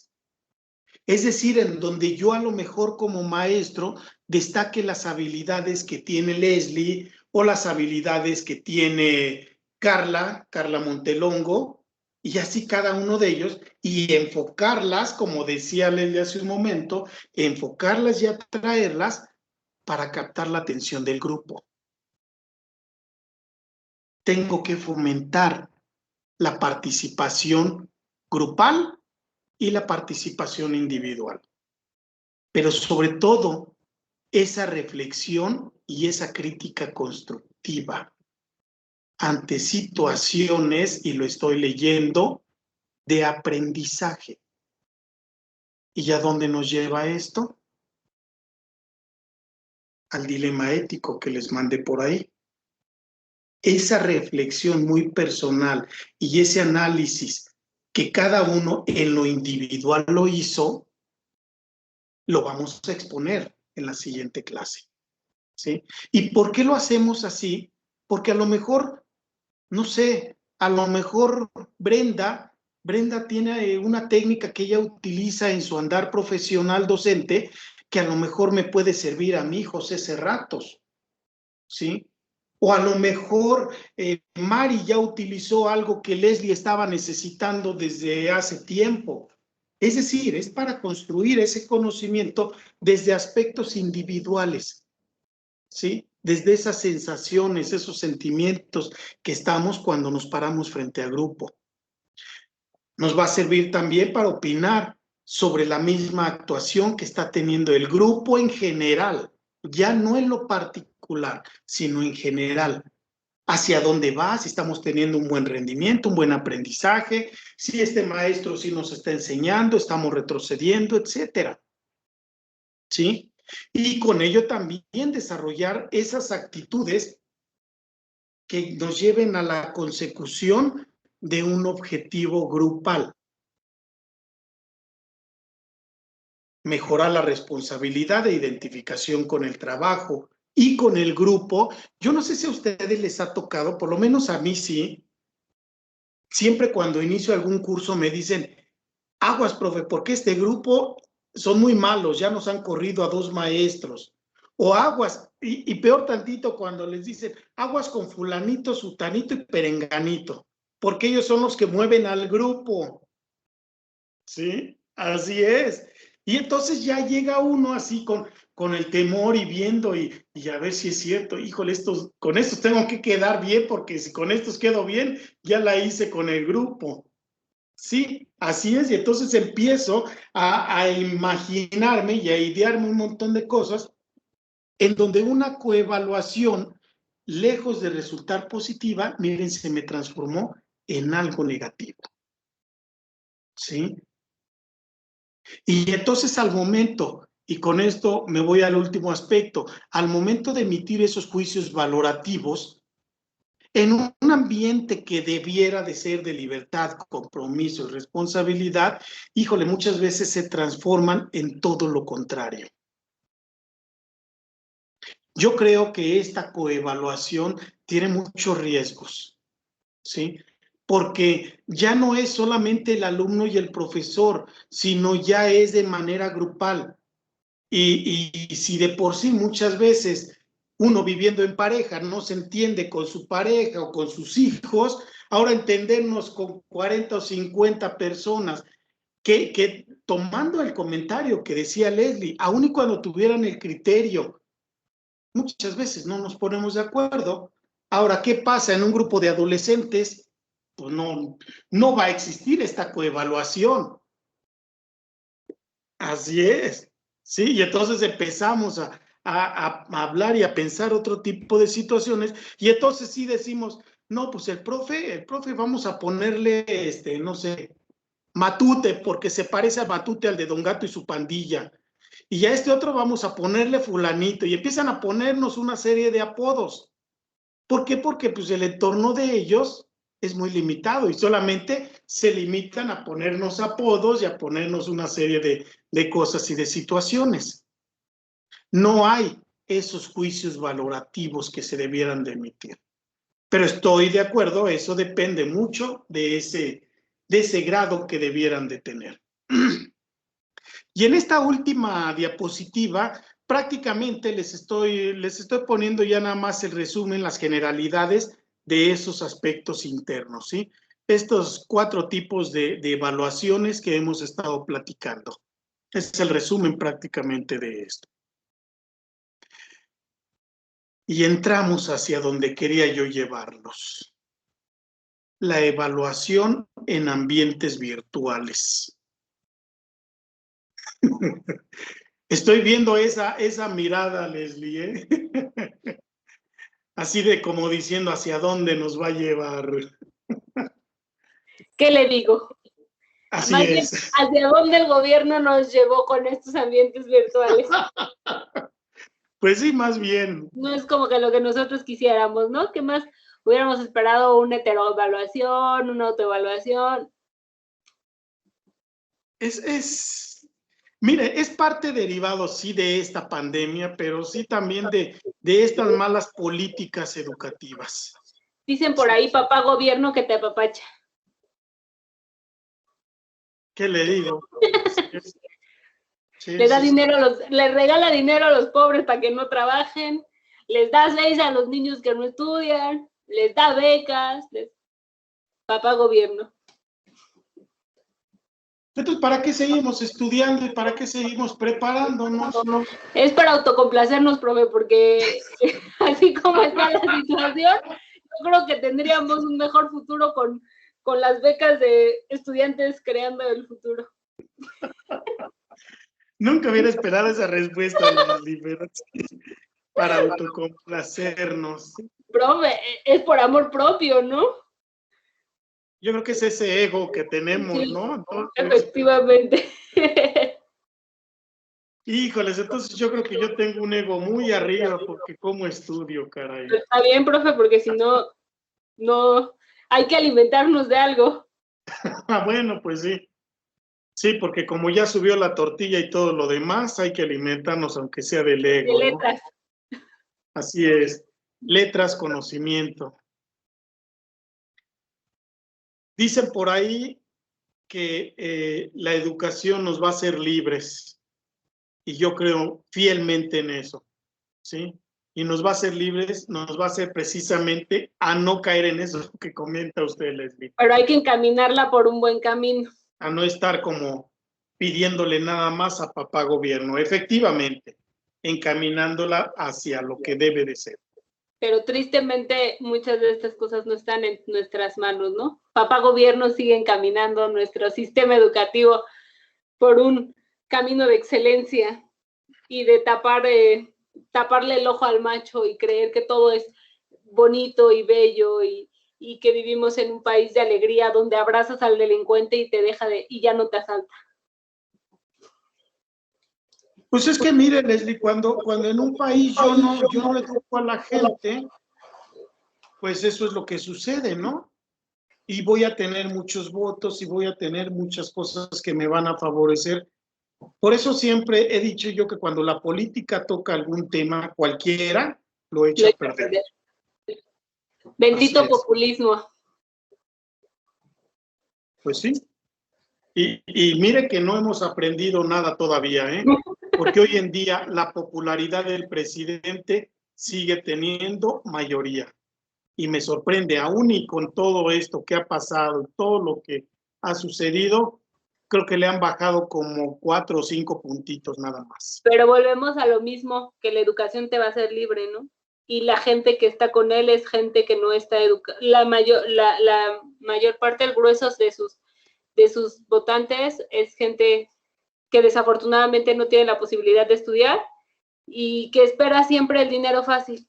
Y por eso tiene la popularidad, tristemente. Pues sí, yo creo que sí. Ay, en fin. Ya hasta me puso triste, caray.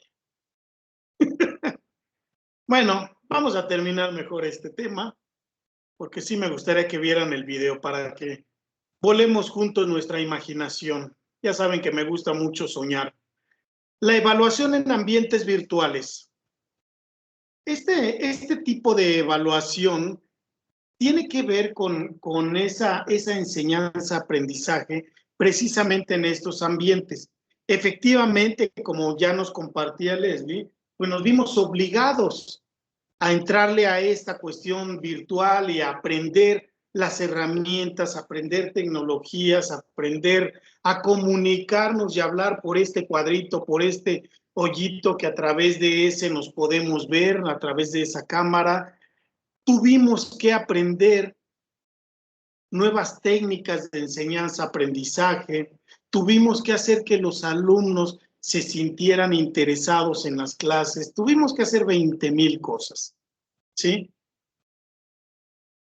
Cuando somos docentes, y me incluyo ahí, somos docentes que trabajamos de manera presencial y que por lo menos yo, que siempre lo he dicho, siempre me gusta estar face to face y verlos y analizarlos, y Viri, que me conoce un poquito más, sabe que no estoy nada más al frente del grupo, que me ando paseando ahí entre los pasillos y a veces me paro atrás de todos mis alumnos, y a partir de ahí tengo yo una visión distinta y todo ese tipo de cosas tuvimos que cambiarlas para entrar de manera forzada a esta cuestión virtual.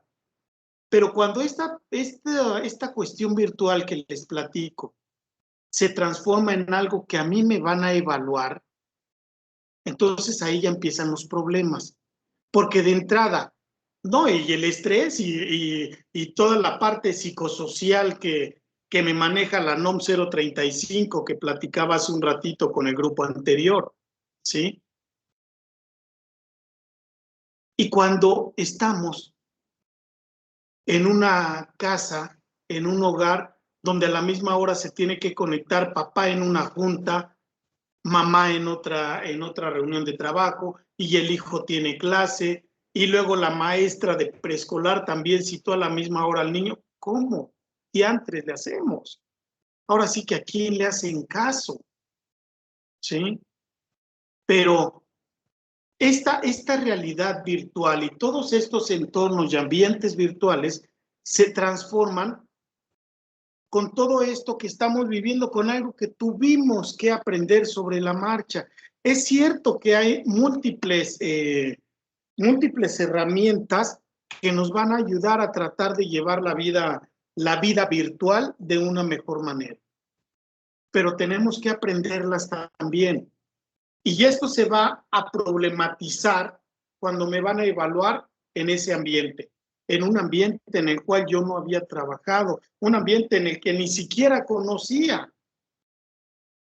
Yo sé que hay escuelas también que trabajan en línea y sé que hay escuelas y hay instituciones que han hecho un magnífico trabajo en línea.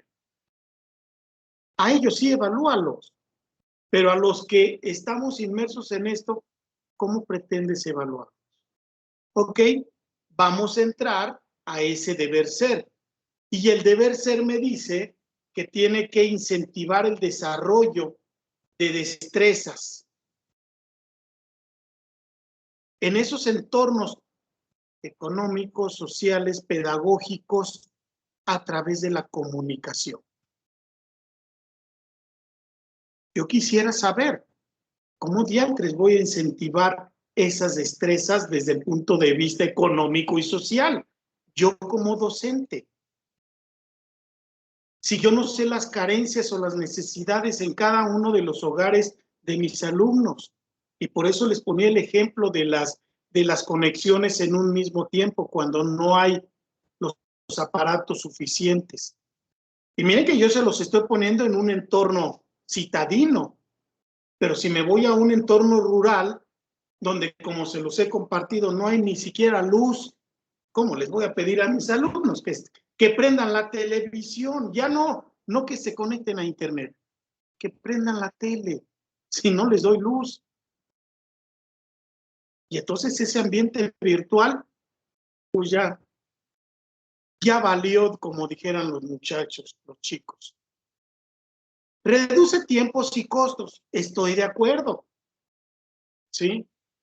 Debiera de facilitar el uso de técnicas para evaluar grupos más numerosos y diversificados. Aquí sí yo no compagino con esto, ¿sí? Porque miren, y Leslie dijo algo hace rato muy cierto.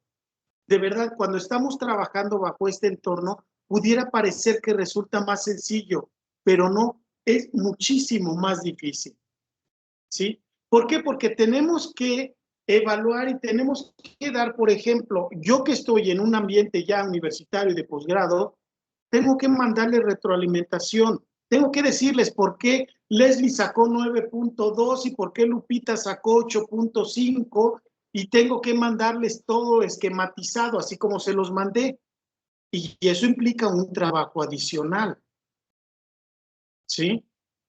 Reduce tiempos y costos, pues a lo mejor sí, para las instituciones, pero para nosotros como docentes no, porque se nos incrementaron ya otros costos, la energía eléctrica, el uso de internet. Yo mismo tuve que ampliar más la banda de internet en mi casa para todo este tipo de actividades. Entonces, cuando todo esto nos llega así de repente, pues ¿cómo hago esta evaluación en un ambiente virtual? ¿Sí? Cuando yo vengo trabajando ya desde un punto de vista en una realidad totalmente distinta a como veníamos antes, entonces ahí sí pudiéramos encajar esos 4 aspectos, ¿sí? Porque eso entonces posibilitaría el desarrollo de nuevas formas de evaluación. ¿Por qué? Porque en un ambiente sano, las escuelas deberían de institucionalizar plataformas, institucionalizar contenidos, institucionalizar una serie de acciones en las cuales el docente va a complementarlas con el conocimiento que él trae, con la preparación de eso que decía hace rato Lupita, de esa preparación de la clase, y entonces ahí sí funcionaría muy bien todo. Pero cuando nos agarra, como nos agarró la pandemia, de a ver quiénes son los más buenos, son los que van a sobresalir, y los que no, se van a hacer obsoletos, van a perder la plaza y van a perder una serie de situaciones. Debiera de ofrecer entonces mayores oportunidades, porque con base en estos ambientes virtuales se estarían teniendo nuevos conocimientos y destrezas adquiridas. Destrezas en el manejo de lo que muchos le llaman las TICs o las tecnologías, ¿sí? Pero repito, eso debiera de ser en un ambiente normal. I'm sorry, pero no en el que estamos viviendo. Como dijeran por ahí, aquí nos tocó vivir, ¿sí? Muy bien. Les presento el video, dura 8 minutitos, los distraigo 8, 10, 12 minutos nada más para que analicemos juntos esto que les presento. ¿Ok?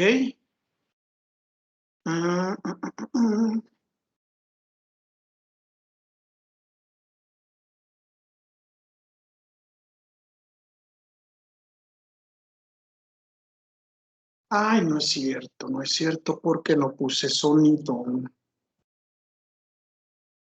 Déjenme quitarlo porque si no, no lo van a escuchar. Ahora sí. Ponemos esto y ahí lo tienen, ¿verdad?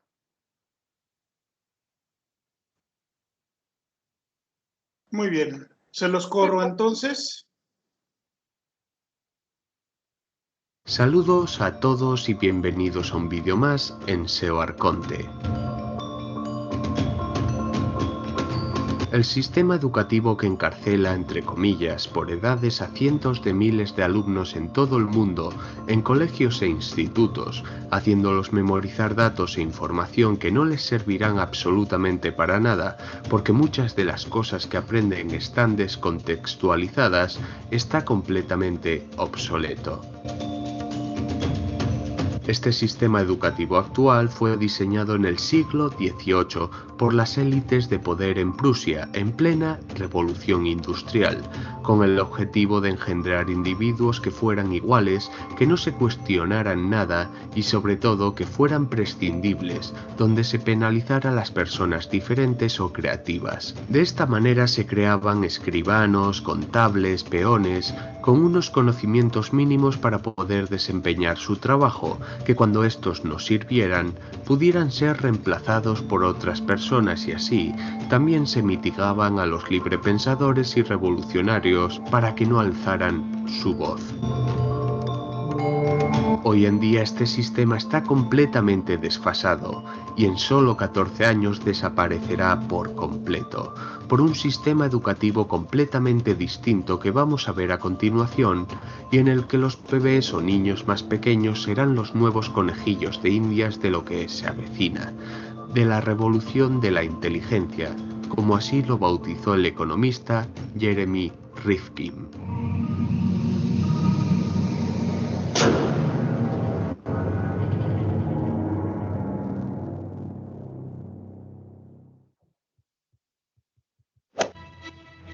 Dejarán de existir los cursos donde se clasifican a los niños por edades comprendidas de enero a diciembre, y por lo tanto ya ningún niño se quedará atrás repitiendo curso, ya no se premiará el trabajo en solitario, sino en grupo. La figura del profesor será muy distinta a la actual, ya que éste ya no repartirá sobresalientes o suspensos, ya no habrá que aprobar las asignaturas porque éstas no existirán. Habrá varios profesores por aulas y estos, según lo requieran los alumnos, cambiarán la asignatura o la materia a tratar sin que el alumno sepa lo siguiente que va a aprender. De esta manera aprenderán a afrontar lo inesperado. Estará implantado el sistema de Flipped Classroom o aula invertida, donde la asistencia diaria ya no será obligatoria, ya que los alumnos trabajarán mucho conectados a intranets que les conecten directamente con los profesores. De esta manera el horario será más flexible para adaptarlo al trabajo de los padres y a los grupos de trabajo del alumno, en los que estarán mezclados por edades y trabajarán juntos para lograr un objetivo. Las aulas como las conocemos hoy en día desaparecerán y se crearán grandes salas espaciosas y diáfanas con capacidad para 100 alumnos, con mesas circulares donde se mezclarán alumnos de diferentes edades pero con los mismos gustos por una materia, trabajo o ritmo de aprendizaje. Estos grupos de trabajo serán siempre distintos para que los alumnos pierdan la timidez a la hora de trabajar con personas nuevas. Los alumnos mayores se esforzarán por enseñar a los pequeños y los alumnos pequeños se esforzarán por saber tanto como los mayores. Es el mismo modelo que se practica en un grupo de teatro, por poner un ejemplo.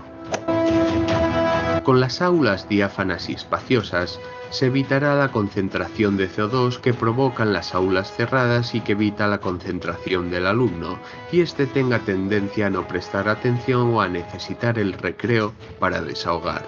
En los grupos de trabajo donde todos aportan, se pasará el tiempo tan rápido que nadie necesitará recreo.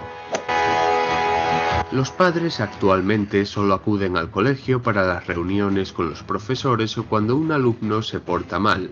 En el 2030 eso cambiará por completo, ya que los padres tendrán un papel protagonista en la enseñanza al acudir ellos mismos a dar clases con sus hijos en la escuela, donde progenitores e hijos puedan aprender cosas nuevas juntos.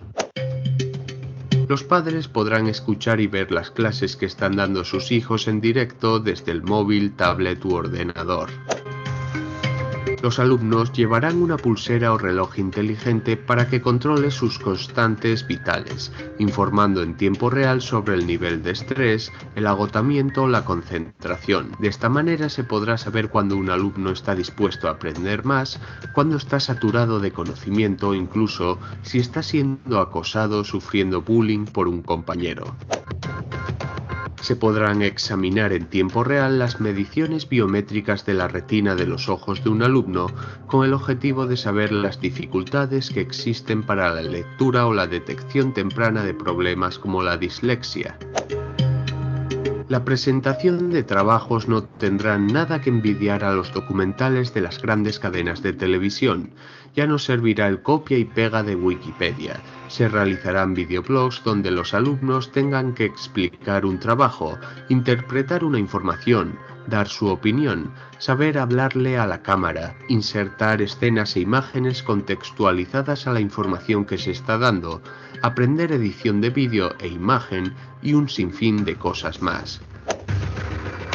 Se impartirán lecciones con cascos o gafas de realidad virtual provistos de guantes y trajes donde los alumnos vivirán experiencias increíbles como la llegada del hombre a la luna, estudiar ballenas buceando en el océano, ser un soldado más en batallas históricas y luchar con sus propias manos, pilotar un avión o negociar un crédito con un banquero. Todo lo que imaginéis y tenga un uso práctico para la vida se verá con la realidad virtual en los colegios. Las notas desaparecerán y las calificaciones las darán un grupo de profesores y la inteligencia artificial que diagnosticará el potencial del alumno, el nivel de madurez y en función de esto le irán cambiando al alumno a grupos de trabajo más acordes para que pueda avanzar a un menor o mayor ritmo, ya que el ritmo de aprendizaje que requiere cada alumno es muy distinto. Los trabajos realizados en los grupos durante toda su vida, la reputación del alumno basado en las críticas de profesores, compañeros de clase y las valoraciones de una inteligencia artificial marcará el itinerario académico del alumno y supondrá su currículum, que podrán consultar las empresas interesadas en contratar nuevos talentos. En la próxima era, la era de la inteligencia, los trabajos monótonos y repetitivos que pueden ser realizados por cualquier persona serán ocupados por las máquinas, lo que acabará con la clase media trabajadora y solo aquellas personas librepensadoras que sean capaces de diferenciarse de los demás serán los que triunfen en el mercado laboral.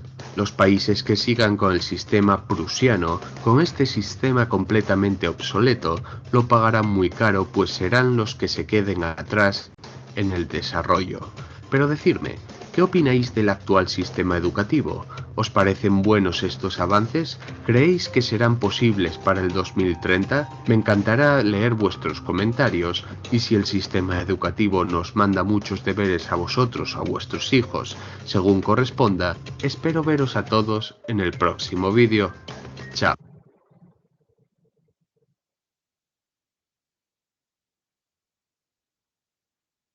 Comentarios. Ya no va a haber 6, Leslie. Sin palabras. Ya no va a haber Face. Bueno, comenzando yo creo que porque ¿quién nos rige, profe? Las grandes esferas de poder. ¿Qué le conviene a esas grandes esferas de poder? ¿Realmente les conviene una educación como las que nos están presentando? No, para nada. Entonces, caemos a lo mismo. Vamos a seguir siendo y teniendo una educación poco favorable, porque hasta que estas grandes esferas del poder de verdad quieran y les nazca de su corazón ayudar, pues va a haber un cambio. ¿Y usted cree que les vayan a hacer ayudarnos? Pues no, precisamente ese es el punto, ¿no? Que yo creo que tenemos que ayudarnos nosotros mismos porque ellos no lo creo. Otra cosa que me llamó la atención fue que los papás iban a dar clases.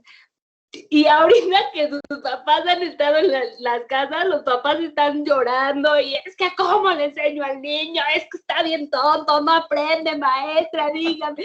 O sea, y me dio risa precisamente por eso, porque dice que pues en una sociedad utópica, o para qué tipo de sociedad están creando este modelo. Digo, porque para la sociedad mexicana claramente dista mucho de la realidad, ¿no? Las clases de realidad virtual, pues también es algo que hacemos en región 4, ¿no? Porque tratamos de contextualizarlos, a lo mejor armas tu tiendita, no con tus gogles de realidad virtual, pero armas tu tiendita y en cuarta generación, perdón, sí, en nuestra 4T. Entonces, pues también esta parte de que volvemos a qué sociedad, hacia qué sociedad está dirigido. A lo mejor hacia una sociedad que realmente quiere un cambio, hacia una sociedad que es consciente, hacia una sociedad en la que los padres realmente quieren que sus hijos obtengan ese conocimiento. Esta parte que también decía que guardaban todo tu historial académico para que las empresas lo observaran, tiende a ser un poco discriminatorio, ¿no? Porque a lo mejor en algún momento de tu vida sufriste una depresión increíble, te querías morir y tenías bajas calificaciones y no sabías ni por dónde. Y entonces cuando una empresa cheque tu currículum va a decir, este depresivo, ¿para qué me sirve, no? Al rato se va a querer aventar del edificio. Cuando a lo mejor no, ya lo superaste y te hizo una mejor persona. Entonces también tiende a ser un poco discriminatorio, que creo que no quieren que sea así, pero al final es algo que sucede, ¿no? Entonces a mí la verdad es que hubo algunas cosas que sí me brincaron y dije, pues sí dista mucho de nuestro país. A lo mejor en un país europeo podría funcionar, pero para nosotros yo creo que en el 2030 no, a lo mejor en el 2100 llegamos a un poquito. No, ya no me tocó verlo entonces. Pero sí. Para ustedes sí. No, yo creo que ya, no. ya lo voy a ver desde otro cuerpo, profe. Reencarnada. Híjole. Muy bien. Ok, Viri. Bueno, como les lo comentó, a mí algo que me llamó mucho la atención fue dispositivos. O sea, que iban a dar el dispositivo para que ya vieras el llegar a la luna y demás. O sea, si ni siquiera la escuela tenemos, y me incluyo, a mí me prestan las instalaciones. Entonces, no creo que eso llegue realmente. Y otro también, que los papás iban a proporcionar algunas situaciones para que sus hijos puedan también virtualmente, si ni siquiera les lo comentó hace rato, hay papás de que, no, yo no tengo dinero para un celular ni una computadora, y no se los compraron y por eso es que no se conectaron, mucho menos ya un tipo de equipo mucho más sofisticado, ¿no? Y algo que yo desde que empecé la maestría me di cuenta, ya lo venía viendo en SECU como secretaria, y creo que son los papás. Yo veo mucho el poco interés por los papás realmente por la educación de sus hijos. O sea, ellos se preocupan por un número, o sea, llaman cuando el número que ven en la boleta no les gusta, pero no llaman para realmente decir, oiga, ¿sabe qué? Que quiero ver cómo realmente va mi hijo, cómo se desenvuelve, qué es lo que le falta, qué es lo que necesita. Entonces yo creo que ahí sí hay un muy marcado que no va a existir cuando los papás realmente se involucren en la educación de sus hijos. Lo veo muy difícil, y se lo digo porque durante 7 años que he trabajado como secretaria me he percatado de esta situación, y estar nada más como secretaria. Imagínense lo difícil que ha sido para los profesores darse cuenta que no existe ese apoyo que debería de ser, ¿no? Los papás. Eso sí quisiera como que quedara como muy marcado, o uno de los puntos que sí me llamó mucho la atención, que si ahorita no lo hacemos, y menos en la pandemia, que muchos papás ya cuando se van, ya cuando se regresan a clases, o sea, ya se quieren deshacer de sus hijos, entonces lo veo muy, muy difícil que ellos den una clase y que ellos estén al 100% apegados a la educación de sus hijos. Sí, realmente son muchos elementos, ¿no? Los que hay que analizar aquí. Efectivamente, son entornos totalmente distintos, son realidades que no van de la mano con todo esto. Yo creo que sí va a llegar el punto en el que la educación se transforme. Lo que sí me queda muy claro es que sí no va a ser en 2030, como dice ahí, igual y como dice Leslie, a lo mejor hasta el 2100, pero es parte de esta transformación que se tiene que llegar a dar, porque estamos inmersos en un país que tiene mucho con los aspectos de la globalización. Y si la educación va hacia un entorno globalizado en el que ya se preocupe más ya por las personas, por todo lo que pueda hacer y aprender y demás, pues seguramente sí le van a apostar más a esta situación. Ahora, habían aquí una serie de características y habilidades que incluso les interesan mucho a esas grandes corporaciones que decía Leslie. El hecho de que a mí me enseñen cómo negociar una venta, una contratación, cómo pueda yo obtener un crédito, etcétera, otro tipo de habilidades y no tanto este conocimiento duro que estamos aprendiendo en el día a día de las clases, que al final de cuentas ya no va a servir para nada. En lo que se basa esta nueva educación, en las habilidades, características, en la misma individualización de las personas, ¿sí? En resaltar todo eso bueno y tratar de corregir o de acomodar todo lo malo que traiga uno como persona, para que a partir de ahí entonces sí podamos hacer todo esto. Porque, y lo decía también el video, la parte de todas estas actividades repetitivas, numéricas y demás, pues ahí sí van a entrar los robots y va a entrar todo eso que le llaman hoy en día la inteligencia artificial. Y ya ven que en alguna ocasión platicábamos si esa inteligencia artificial nos iba a sustituir a nosotros como docentes, y no porque nosotros no estamos bajo aspectos repetitivos, ¿sí? Y nosotros, y alguien del grupo lo decía, nosotros trabajamos con personas y esas personas son totalmente distintas unos de otros, ¿sí? Este entorno en realidades virtuales y este aprendizaje virtual, yo creo que nos tiene que llevar, y con esto quiero ya concluir, nos tiene que llevar a entender un poquito más allá de este entorno, pero desde un punto de vista muy nuestro, ¿sí? Sin necesidad de que a lo mejor nos tengan que evaluar porque tenemos que trabajar con base en esas tecnologías. Porque si nos evalúan con eso, quién sabe cómo vayamos a salir, ¿eh? De entrada, yo creo que yo, en lo personal, saldría reprobado, porque nos hace falta mucho, pero mucho todavía que aprender en ese sentido. Y si la autoridad, llámese evaluadores externos o internos, se van a ir a evaluarnos sobre ese aprendizaje virtual, pues ya tronamos el 95% de los docentes. Y si por otro lado contraponemos esa realidad o ese aprendizaje virtual contra toda esta nueva, yo le llamaría una nueva corriente de enseñanza-aprendizaje, todo esto que vimos hoy. Sí estoy totalmente de acuerdo con Leslie, no es algo que nos vaya a llegar en los próximos 10 o a lo mejor 20 años, pero de que nos va a llegar tarde o temprano, porque hacia allá va a ser la tendencia en la cuestión educativa, ¿sí? Ahí sí no le entendí, Leslie. Y la pandemia ayudó y aceleró un poco este proceso, porque si estábamos renuentes a utilizar las tecnologías, estábamos renuentes a capacitarnos y entrar en este mundo digital, esta pandemia nos obligó a todos a hacerlo.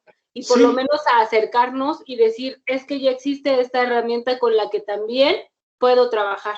ya no solamente es mi pizarrón, ya ahora tengo una computadora, ya, y entonces empiezas a buscar recursos, y probablemente sí, lo dijo Viril, ¿no? Las instituciones no te lo va a dar, pero pues tú ya empiezas a invertirle un poquito para tú mejorar tu calidad educativa, la de tus alumnos, y envolverte en este medio que la verdad ha sido bastante complicado, pero es necesario. Yo creo que solamente de esta manera entendimos que la tecnología se está volviendo parte de nuestras vidas en todos los aspectos. Pues sí, y mire que muchos nos resistíamos a eso, ¿eh? Y sí, efectivamente, tuvimos que forzarnos a entrarle a toda esta cuestión. Pero no nada más nosotros, Leslie, como maestros o como personas, las instituciones, las empresas, así es, todo el entorno, ¿sí?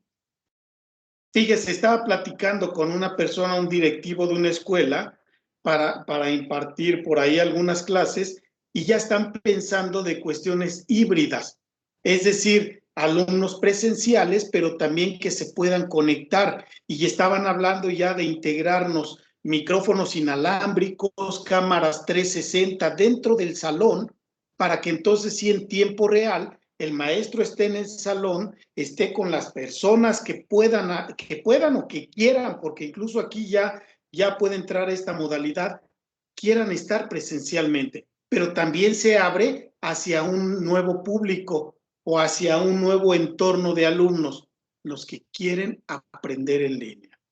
Y la gente que trabaja en línea o que quiere aprender en línea, tiene que ser gente disciplinada, ¿sí? Y eso es, por ejemplo, en el caso de usted y de las demás personas que trabajan con pequeños, esa es la parte que van a tener que empezar a involucrarlos a ellos, ¿sí? A lo mejor los que somos ya adultos pues nos costará un poquito de trabajo, pero vamos a tener que entrarle. Pero a los niños y jóvenes vamos a tener que orientarlos hacia esa parte, ¿sí? Hacia ser autodisciplinados, ¿sí? Y pues bueno, si no hay algún otro comentario, con esto me despido. O si alguien más quiere comentar algo, adelante. Hablen ahora o callen para siempre, como dicen por ahí en los grandes eventos, ¿no? Pues yo me quedo con las medidas biométricas, eso sí se me hace interesante, para medir el estrés. Pero ya los hay, Lupita. No, por eso sí no creo que sea hasta el 2030. Mira, aquí trae un reloj que mide todo. Ese sí no creo que sea hasta el 2030, con eso sí me quedo. ¿No? Eso sí va a existir antes de. Sí, efectivamente, sí. Sí, y a lo mejor la apuesta, y miren que ya se los había, creo, comentado, la apuesta hacia la tecnología en el sector médico también de verdad nos hace mucha falta, ¿sí? Ya se están empezando a dar operaciones vía remota, operaciones con robots y todo eso, pero creo que se tiene que, así es, Leslie, se tiene que todavía expandir mucho más. O sea, yo no me peleo con la tecnología, pero sí tenemos que estar preparados para todo eso que se nos viene. Y en el ámbito en el que nosotros como maestros nos desempeñamos, tenemos que aprender desde ahorita y por beneficio propio y ya después para nuestros alumnos, tenemos que entrarle a todo esto de las tecnologías. ¿Sí? Sí, Viri. Precisamente mi noticia era basado en eso, que es incluye civismo digital en el plan de estudios en la Ciudad de México. Entonces, realmente si ya van a empezar a incluir esta parte es porque esto vino para quedarse.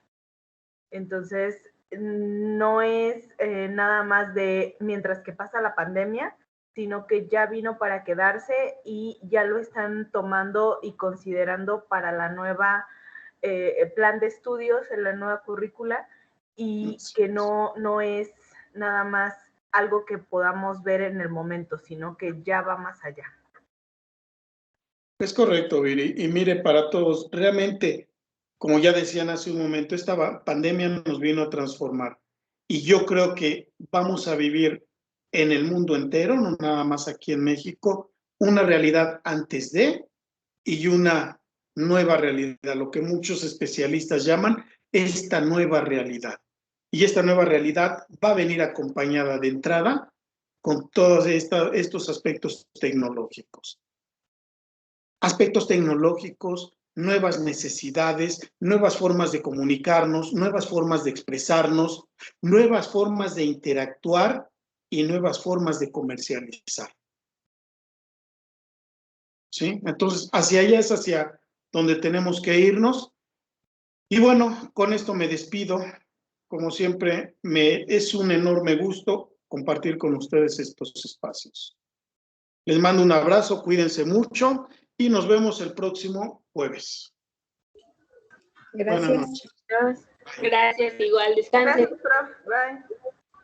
Bye. Bye.